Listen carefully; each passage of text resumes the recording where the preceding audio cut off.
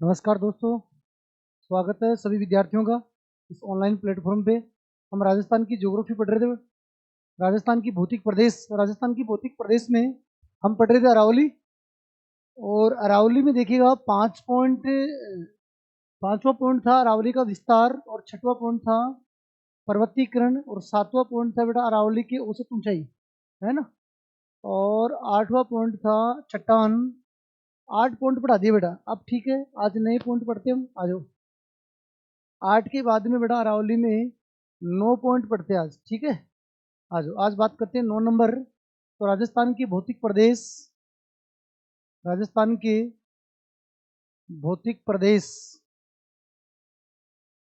की भौतिक प्रदेश में हम पढ़ेंगे अरावली पढ़ेंगे, और अरावली में 9 नंबर पढ़ेंगे।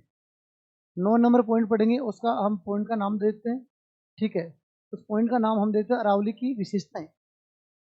अरावली अरावली की विशेषता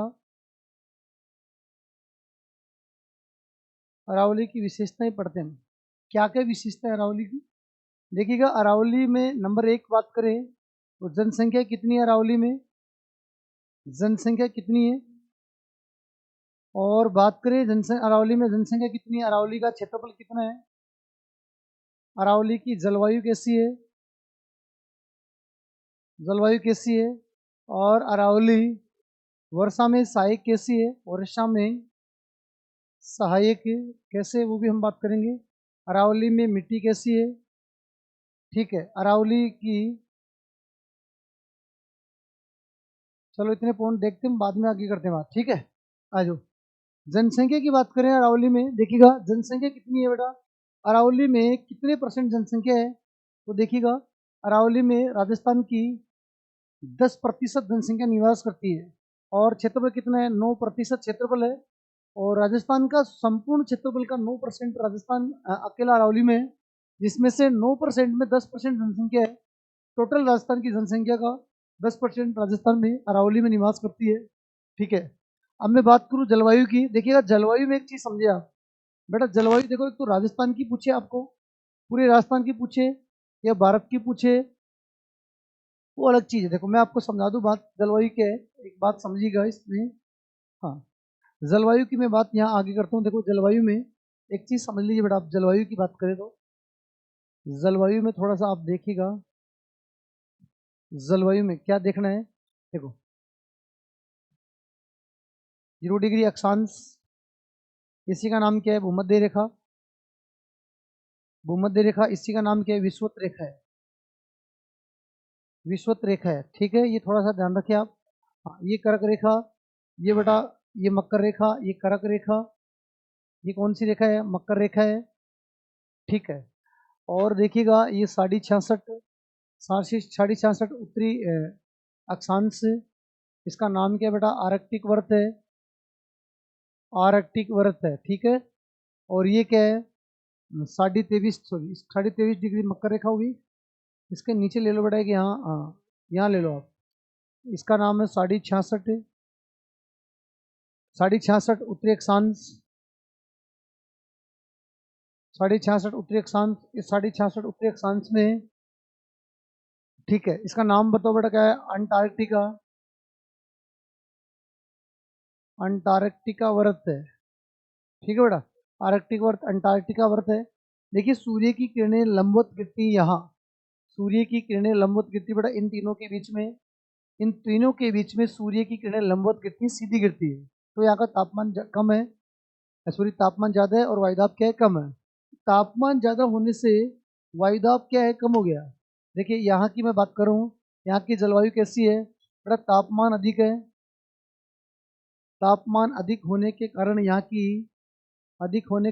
की जलवायु कैसी है, यहाँ की जलवायु उष्ण कटिबंध है।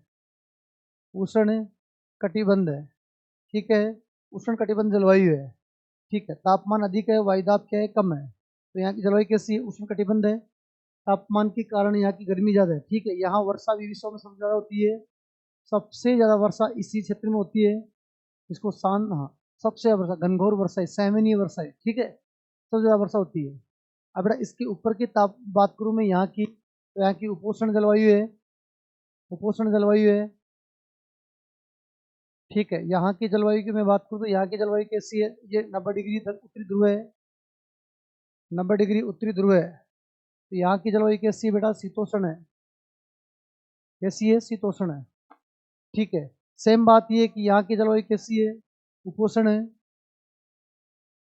उपोष्ण है, उपोष्ण जलवायु है।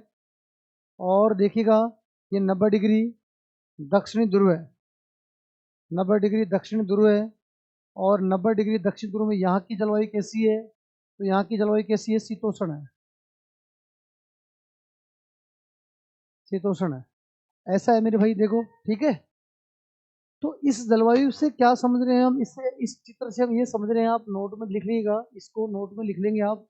इससे हम ये बात समझ रहे हैं कि विश्व में कितने प्रकार की जलवायु है। तो बड़ा विश्व में 3 प्रकार की जलवायु, विश्व में 3 प्रकार की जलवायु है, 3 प्रकार की जलवायु है, 3 प्रकार की क्या है, जलवायु। विश्व में 3 प्रकार की जलवायु है, और विश्व में 3 प्रकार की जलवायु और 5 प्रकार की कटिबंध है, 5 प्रकार के कटिबंध है,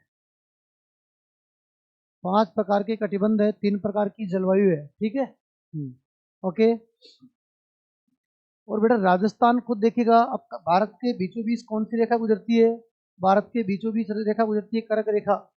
तो राजस्थान अब खुद देखिएगा, ऊपर वाली जो है ये, अब खुद देखो इनमें से जो ये है ना नीचे वाली, ये तो बेटा कैसी है, उष्णकटिबंध है। और ऊपर वाली कौन सी है, उपोष्ण है। तो राजस्थान तो ऊपर ही है, इसमें राजस्थान ऊपर ही है। देखो अब समझो इस बात को, भारत के दक्षिण में कौन सी जलवायु है, उष्णकटिबंध है। भारत के उत्तर में कौन सी है, उपोष्ण है। तो राजस्थान तो उत्तर में ही है, तो राजस्थान की जलवायु उपोष्ण है, ठीक है। और 5 प्रकार के कटिबंध का मतलब ये है, 5 प्रकार के कटिबंध का मतलब ये है कि देखो इसमें 1 भाग, 2 भाग, 3 भाग, 4 भाग, 5 भाग, ऐसे टोटल 5 पार्टीशन हो गए, ठीक है। तो राजस्थान की जलवायु कैसी बेटा, राजस्थान की जलवायु कैसी है, तो आप बताओगे सर राजस्थान की जलवायु है उपोष्ण। और संपूर्ण भारत की जलवायु कैसी है, हालांकि भारत में 2 हो गई, ऊपर तो उपोष्ण और नीचे क्या है, उष्ण कटिबंध। बट संपूर्ण प्रभाव किसका है, उष्ण कटिबंध का है ना। तो जलवायु भारत की जलवायु कैसी है बेटा, उष्ण उष्ण कटिबंध है। भारत की जलवायु कैसी है, उष्ण कटिबंध है, ठीक है। अब मैं बात करता हूँ, देखिएगा मैं आगे कुछ बातें करता हूँ, इधर समझिएगा। राजस्थान के भौतिक प्रदेश कितने हैं, 4। इन 4 भौतिक प्रदेशों की अलग अलग जलवायु देखे, तो मेरे भाई अलग अलग जलवायु देखिएगा, समझो इस बात को। ये अरावली है, इसका विस्तार ज़्यादा कम फिर ज़्यादा है, ये अरावली है, अरावली। और ये कौन है, मरुस्थल है, ये कौन है, मरुस्थल है, इधर वाला भाग मरुस्थल है। और मेरे भाई इस भाग की बात करें, देखिए ये भाग है, ये भाग कौन है, मैदानी क्षेत्र है, जो नदियों के द्वारा निर्मित है। मैदानी क्षेत्र में क्या समझा रहा हूँ, समझो आप इस बात को, मैदानी क्षेत्र है। और बेटा ये जो प्लस लिख रहा हूँ मैं, ये हाड़ौती का पठार है। कौन सा पठार है, हाड़ौती, हाड़ौती का पठार, हाड़ौती का पठार है ये, ठीक है। अब देखिए इसमें, और मरुस्थल के भी कितने भाग है, 2। ये मरुस्थल है, ये कौन सा मरुस्थल है, शुष्क है। और ये कौन सा है, अर्ध शुष्क है, ये बड़ा शुष्क है।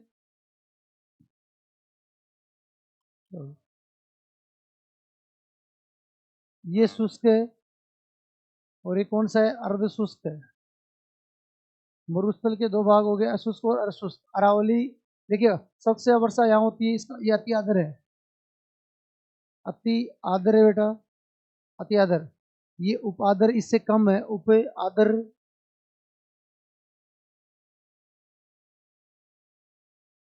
ये आदर है, ये इससे कम है, ये उप आदर है।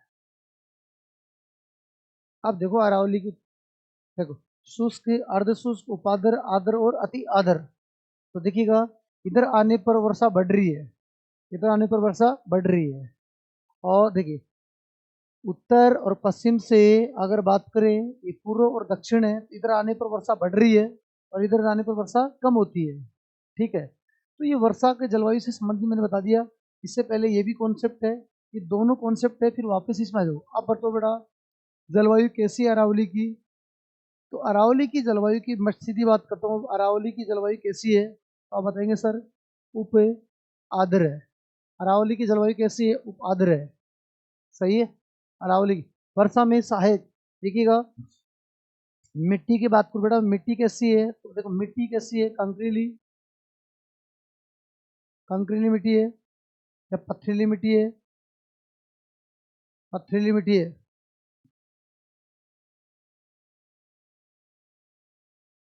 पथरीली मिट्टी है।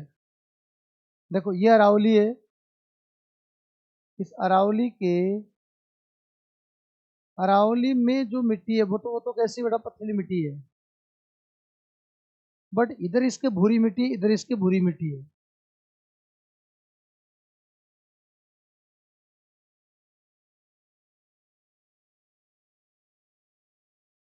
अरावली के समानांतर जो मिट्टी है ना, अरावली के दोनों भाग में तो भूरी मिट्टी है, बाकी अरावली में खुद में कौन सी है? कंकरीली मिट्टी है। कंकरीली मिट्टी है। ठीक है, पर्वतीय मिट्टी है, जिसको पथरीली, कंकरीली या पर्वतीय मिट्टी भी कहते हैं हम। पर्वतीय, पर्वतीय मिट्टी है। ठीक है, ये पर्वतीय मिट्टी है।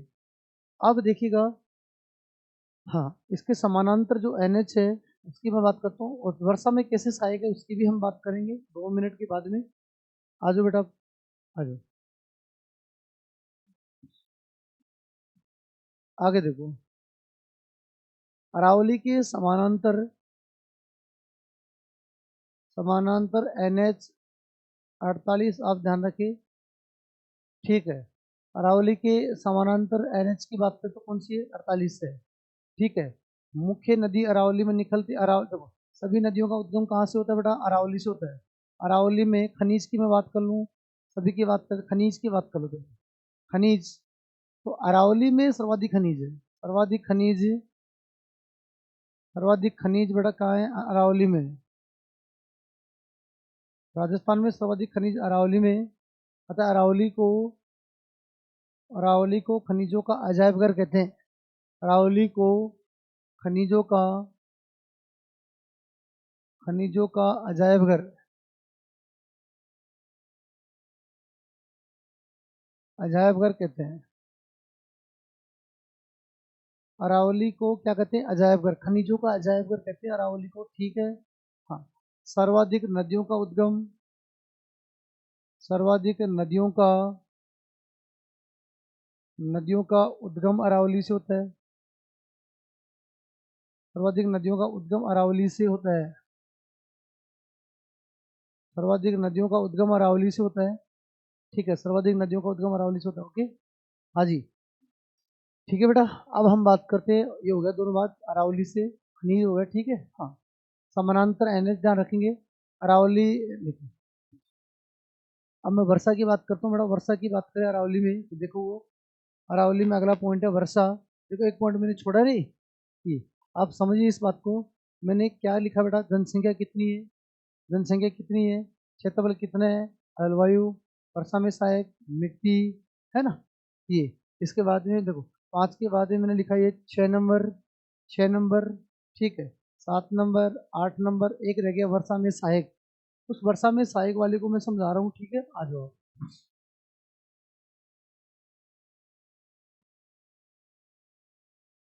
वर्षा में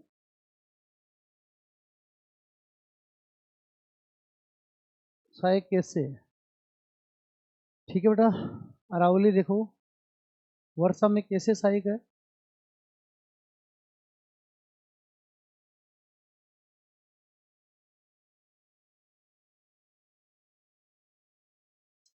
ये अरावली है,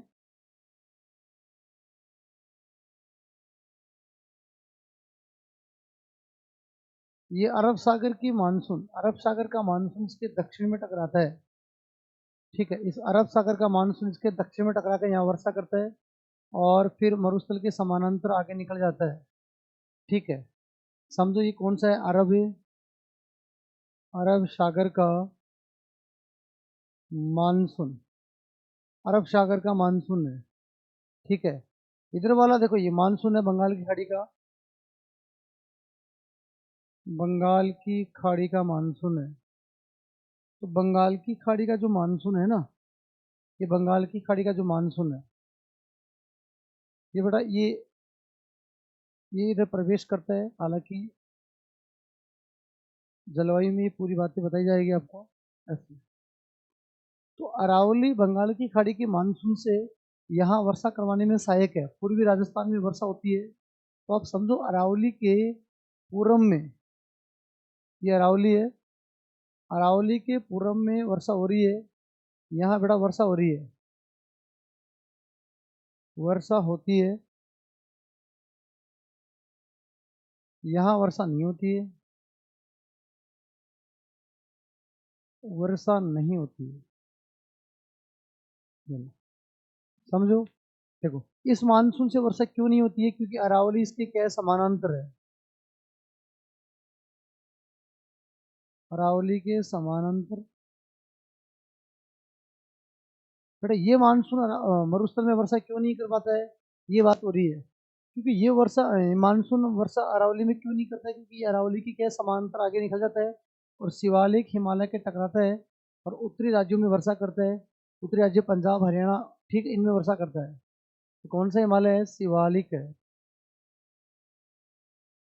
शिवालिक हिमालय के टकराता। ये मानसून अरावली के इधर टकराता है। पूर्वी राजस्थान में तो वर्षा होती है, लेकिन पश्चिमी राजस्थान में वर्षा नहीं होती है। तो देखिए मरुस्थल से वर्षा अरावली के समांतर है, अरावली के समांतर है कौन, अरब सागर का मानसून।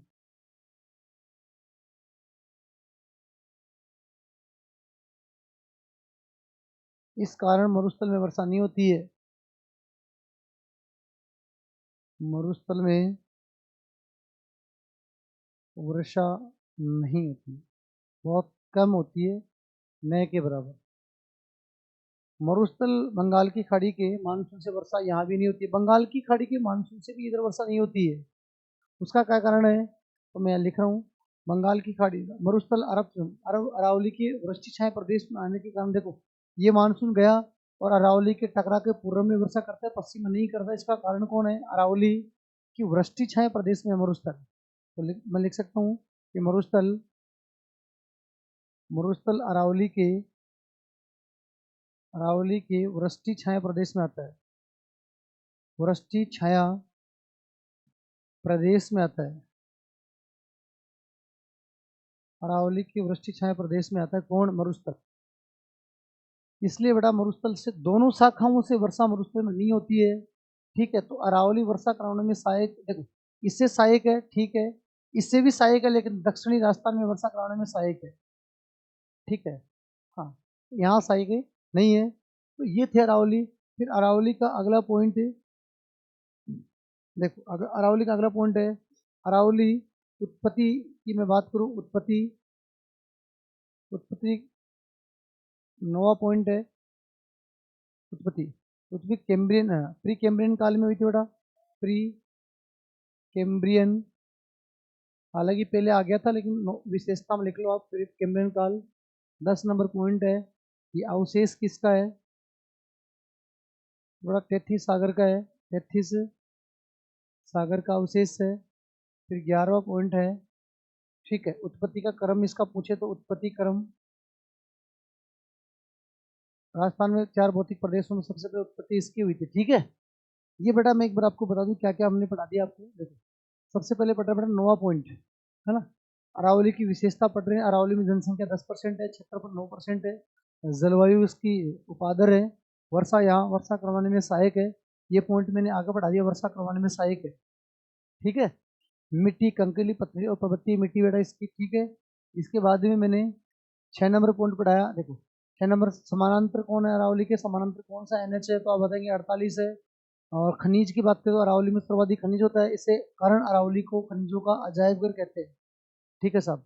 फिर 8वां पॉइंट बेटा, सर्वाधिक नदियों का उद्गम भी अरावली से होता है, कहाँ, राजस्थान में, कहाँ, राजस्थान में सबसे ज्यादा नदियों का उद्गम कहाँ से होता है, अरावली से होता है। 8 पॉइंट हो गए बेटा। 8 के बाद में ये देखो, ये कोई पॉइंटर नहीं है, ये मैंने बेसिक समझाया है, वर्षा में सहायक है कैसे है, ये मैंने बेसिक समझाया आपको। आप चाहो तो इसको लिख सकते हैं, बेसिक है, ये पॉइंटर नहीं है, ये इसमें बेसिक पॉइंट पढ़ाया मैंने, ठीक है। इसके बाद में बेटा ये भी देखो 9 नंबर में देखो उत्पत्ति, उत्पत्ति प्री कैम्ब्रियन काल में अवशेष 33 सागर का उत्पत्ति फर्स्ट नंबर पे, ठीक है। और ये भी इसका बेसिक है, ये जलवायु का बेसिक है, ठीक है, जलवायु का बेसिक है। और लास्ट में ये भी बेसिक,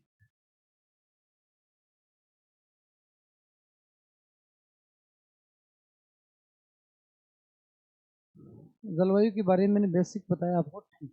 अब आप समझ पा रहे हैं कि 9 नंबर पॉइंट पूरा हो गया, ठीक है। 9 नंबर पॉइंट का नाम था अरावली की विशेषताएं, ठीक है बेटा।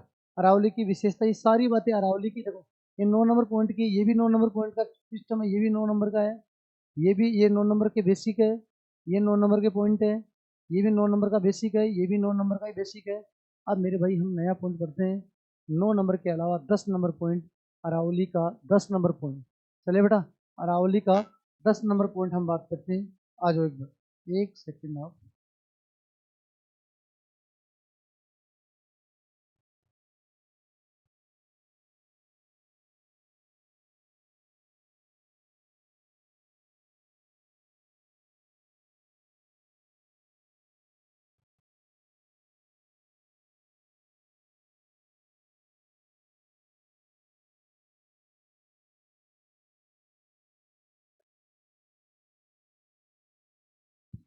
हाँ जी, 10 नंबर पॉइंट की बात करें तो बेटा देखो, अब हम अगला पॉइंट पढ़ रहे हैं, अरावली की विशेषता होगी।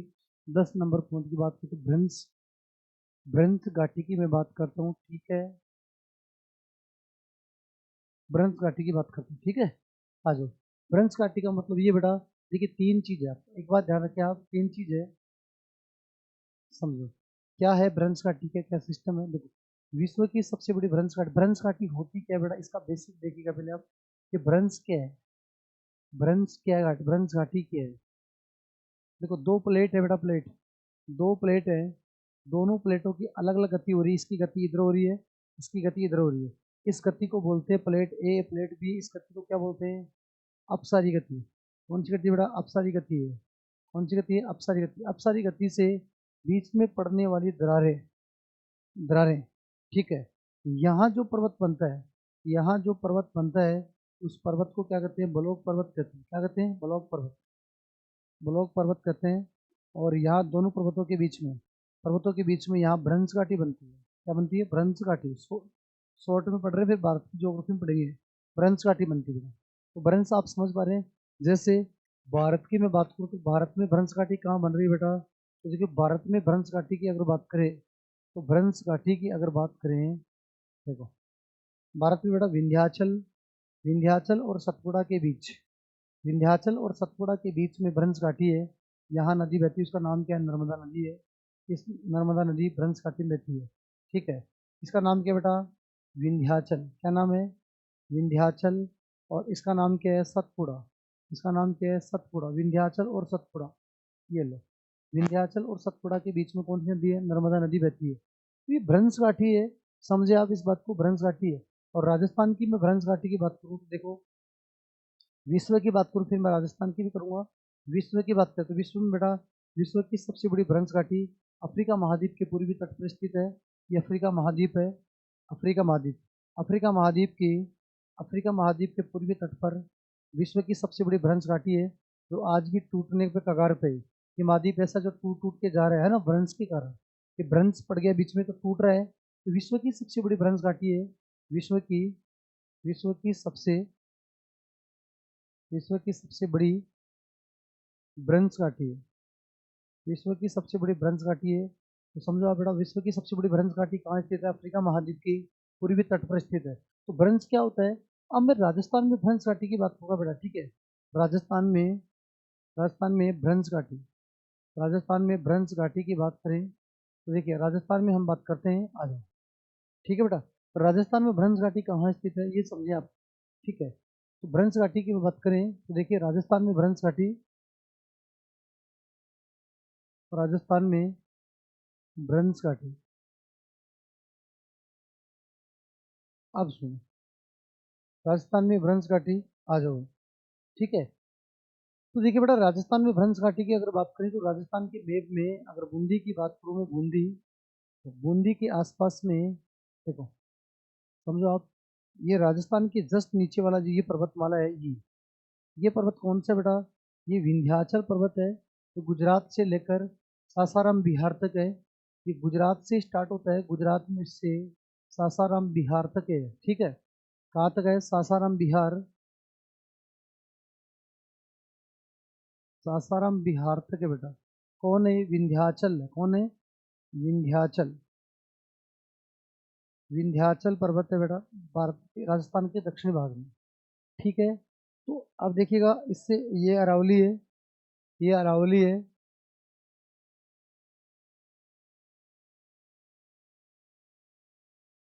ये अरावली है,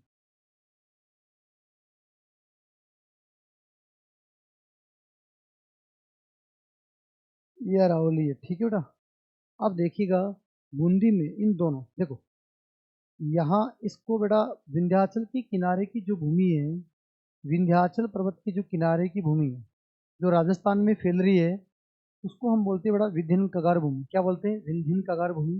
ये विभिन्न कगार भूमि है जो राजस्थान की ओर फैल रही है, विंध्याचल के सहारे की भूमि है, इसको बोलते हैं विंध्याचल के किनारे की भूमि या विभिन्न कगार भूमि के नाम से जाना जाता है, ठीक है बेटा। ये विभिन्न कगार भूमि है,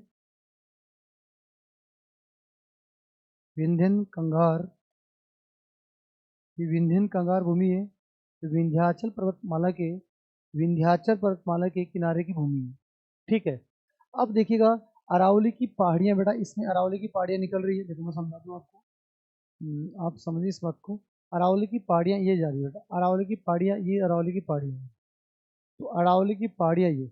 अब बेटा बूंदी, जो बूंदी है ना, बूंदी, इसमें ये मिलती हुई प्रतीत होती है, विंध्याचल की किनारे की भूमि और अरावली पर्वतमाला की पहाड़ियाँ, ये दोनों बूंदी के बूंदी में, बूंदी वाले क्षेत्र में, बूंदी और सवाई माधोपुर, बूंदी प्लस सवाई माधोपुर में ये मिलती हुई प्रतीत होती है। यही एक, यही क्या है, भ्रंश घाटी है, ये क्या है, भ्रंश घाटी है। तो राजस्थान में भ्रंश घाटी कहाँ स्थित है, बूंदी में, ठीक है। कहाँ स्थित है बेटा, बूंदी में।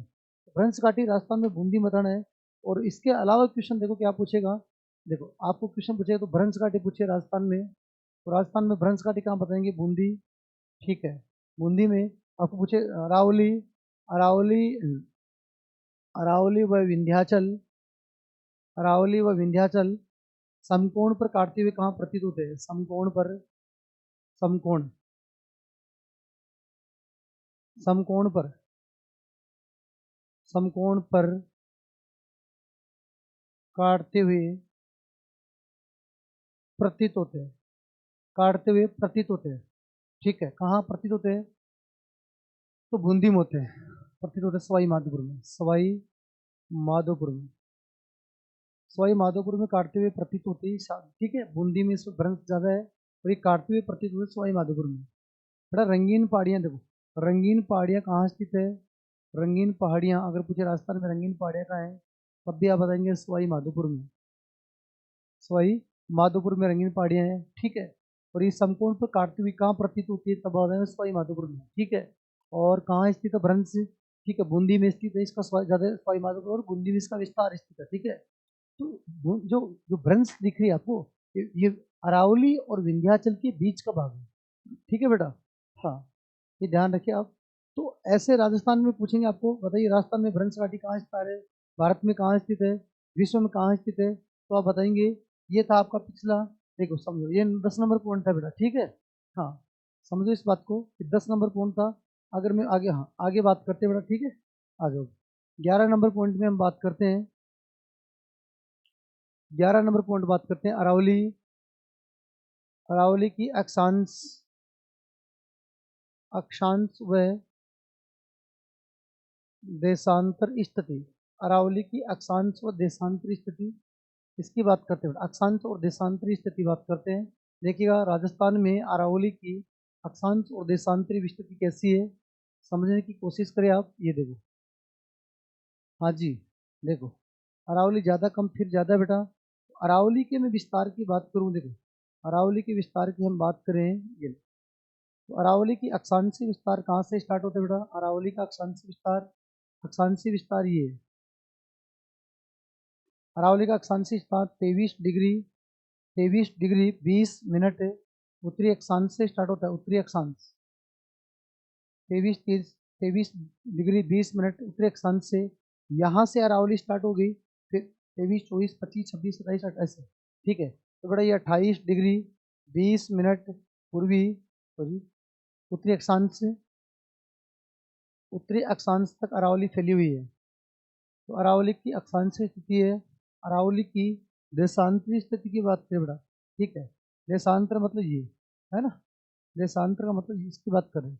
अरावली की देशांतरी स्थिति ये कितनी, ये बताएं ये कितनी, कहाँ से स्टार्ट होती है बेटा। अब सर 72 डिग्री 10 मिनट से पूर्वी देशांतर से स्टार्ट होती है। 72 डिग्री पूर्वी देशांतर से स्टार्ट होती है बेटा, 72 डिग्री से। और ये पूरी कहाँ होती है, 77 डिग्री पूर्वी देशांतर 77 डिग्री पूर्वी देशांतर पर पूरी होती है, ठीक है। 72 से 77 के बीच में पूरी होती है, ठीक है। स्टार्ट कहाँ से होती है, 23 से 28 के बीच में। 23 से 28 के बीच में, 23 से 28 के बीच में, 23 और 28, समझ लो बात। और ये बेटा 72 और ये 77, 72 डिग्री 10 मिनट, ठीक है, और ये 20 मिनट, ठीक है।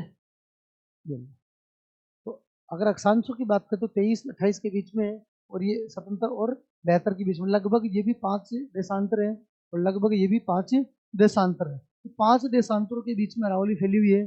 अब देखिए, 2 देशांतरों के बीच की दूरी कितनी होती है बेटा, 2 देशांतर रेखाओं के बीच की दूरी कितनी होती है, 111.32 किलोमीटर, 111.32 किलोमीटर लगभग एवरेज, 111 मान लो आप, 111.32 किलोमीटर है। तो बेटा टोटल 5 है, तो 5 को 111 से गुणा करो, लगभग 550 किलोमीटर यानी 555 अरावली की राजस्थान में विस्तार है। अरावली का विस्तार राजस्थान में कितना है, 550 या 555, ठीक है।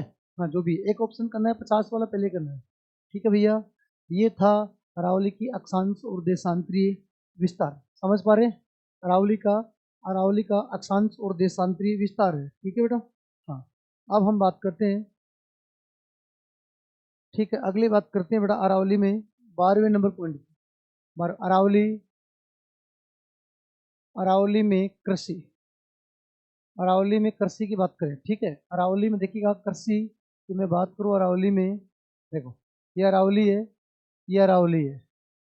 अरावली के दक्षिणी भाग में, अरावली के दक्षिणी भाग में उदयपुर और इन डूंगरपुर, इन भागों में अरावली के दक्षिणी भाग में की जाने वाली कृषि, स्थानांतरित कृषि की बात करूँ बेटा मैं, स्थानांतरित कृषि, स्थानांतरित कृषि की बात कर रहा हूँ मैं, स्थानांतरित कृषि की बात कर रहा हूँ, ठीक है।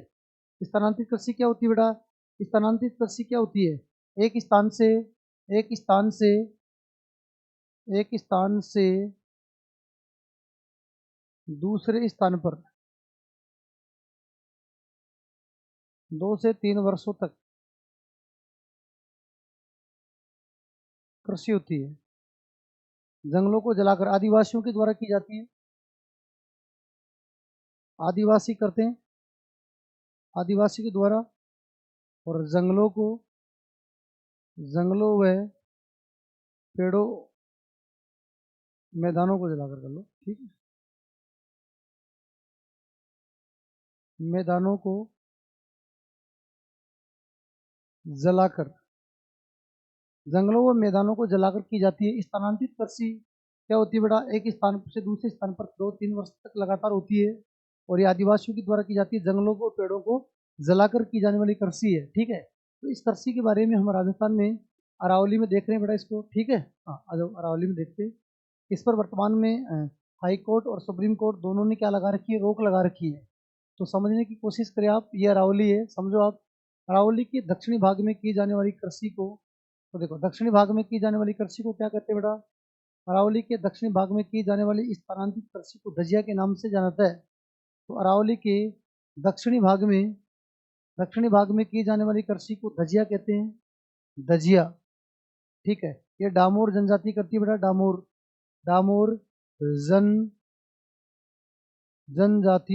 जनजाति करती है, ठीक है। कौन करती है, डामोर जनजाति करती है, ठीक है। डामोर जनजाति द्वारा दक्षिण भाग में की जाने वाली कृषि क्या कहलाती है, तो दजिया, ठीक है। अरावली के मध्य भाग में की जाने वाली कृषि को ची माता कहते हैं, अरावली के मध्य भाग में की जाने वाली कृषि को, अरावली के मध्य भाग में की जाने वाली कृषि को, अरावली के मध्य भाग में की जाने वाली कृषि को क्या कहते हैं? धजिया कहते हैं। सॉरी, क्या कहते हैं? ची माता कहते हैं। क्या कहते हैं? ची माता। ची माता। ची माता सर्वाधिक बेटा भीलों के द्वारा की जाती है। सर्वाधिक भीलों के द्वारा की जाती है ची माता। ठीक है, मध्य में ची माता। ठीक है, याद में करवा देता हूँ। ठीक है आप। हाँ, अरावली के ढालों पर की जाने वाली कृषि को वालरा, अरावली के ढालों पर की जाने वाली कृषि को वालरा के नाम से जानते हैं। तो ढालों पर की जाने वाली कृषि को,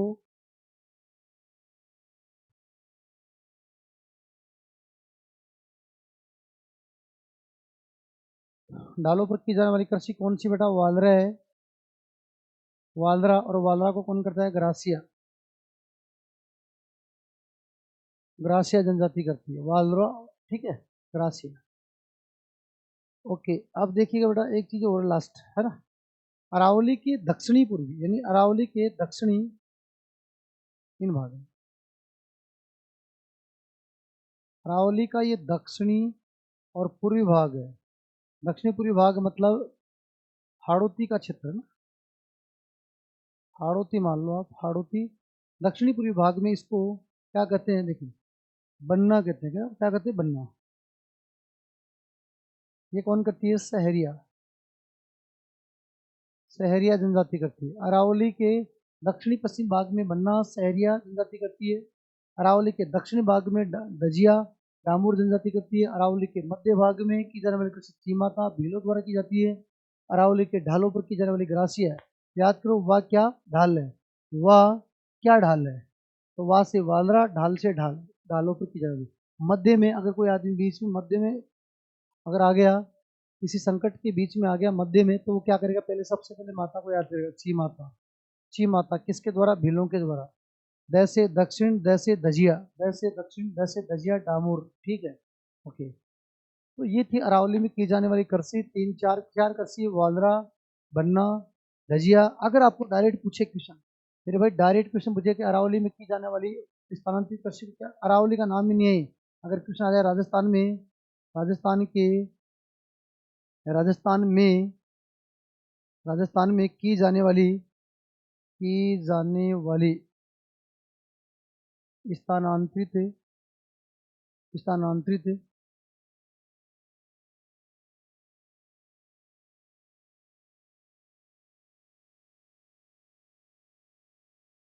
स्थानांतरित कृषि, तब एक ही जवाब देना, वालरा।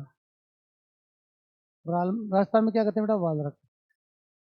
ठीक है, जो सर्वाधिक, राजस्थान में सर्वाधिक कौन करते हैं? भीलों द्वारा। सर्वाधिक स्थानांतरित कृषि कौन करता है? सर्वाधिक भील करते हैं बेटा, सर्वाधिक भील करते हैं स्थानांतरित कृषि। सर भील तो ये चीमाता करते हैं। अरे भील को चीमाता करते हैं, लेकिन ओवरऑल में अगर मैं बात करूँ तो ओवरऑल में सबसे ज़्यादा कौन करता है? तो ध्यान रखें, भील ज़्यादा करते हैं। और राजस्थान में की जाने वाली स्थानांतरित कृषि को क्या कहते हैं? वालरा कहते हैं। इतना ध्यान रखें आप। देखो, वालरा जो कृषि है ना, दो, देखो एक चीज़ और बता दें आपको, ये जो धजिया है ना बेटा, मैं यहाँ नोट में लिख रहा हूँ, तो धजिया ना, नोट में लिख रहा हूँ मैं, तो धजिया है,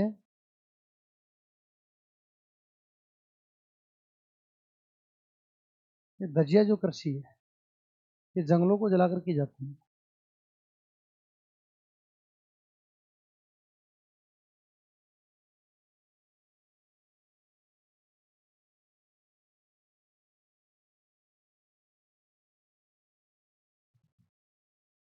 जंगलों को जलाकर,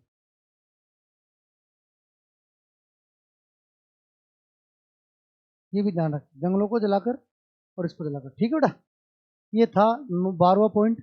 कृषि के बारे में ध्यान रखिए। सर्वाधिक करते हैं भील, और राजस्थान को क्या कहते हैं? स्पेशल राजस्थान पूछे तो वालरा, बाकी अरावली के संबंधित चार हो गए। ठीक है, स्थानांतरित कृषि क्या होती है? एक स्थान से दूसरे स्थान पर की जाती है, रुक रुक के, फिर उर्वरक क्षमता कम हो जाती है, दूसरे स्थानों पर की जाती है, फिर 2-3 साल तक लगातार चलती रहती है।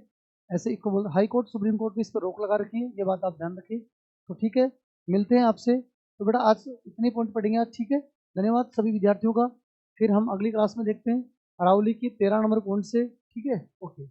धन्यवाद।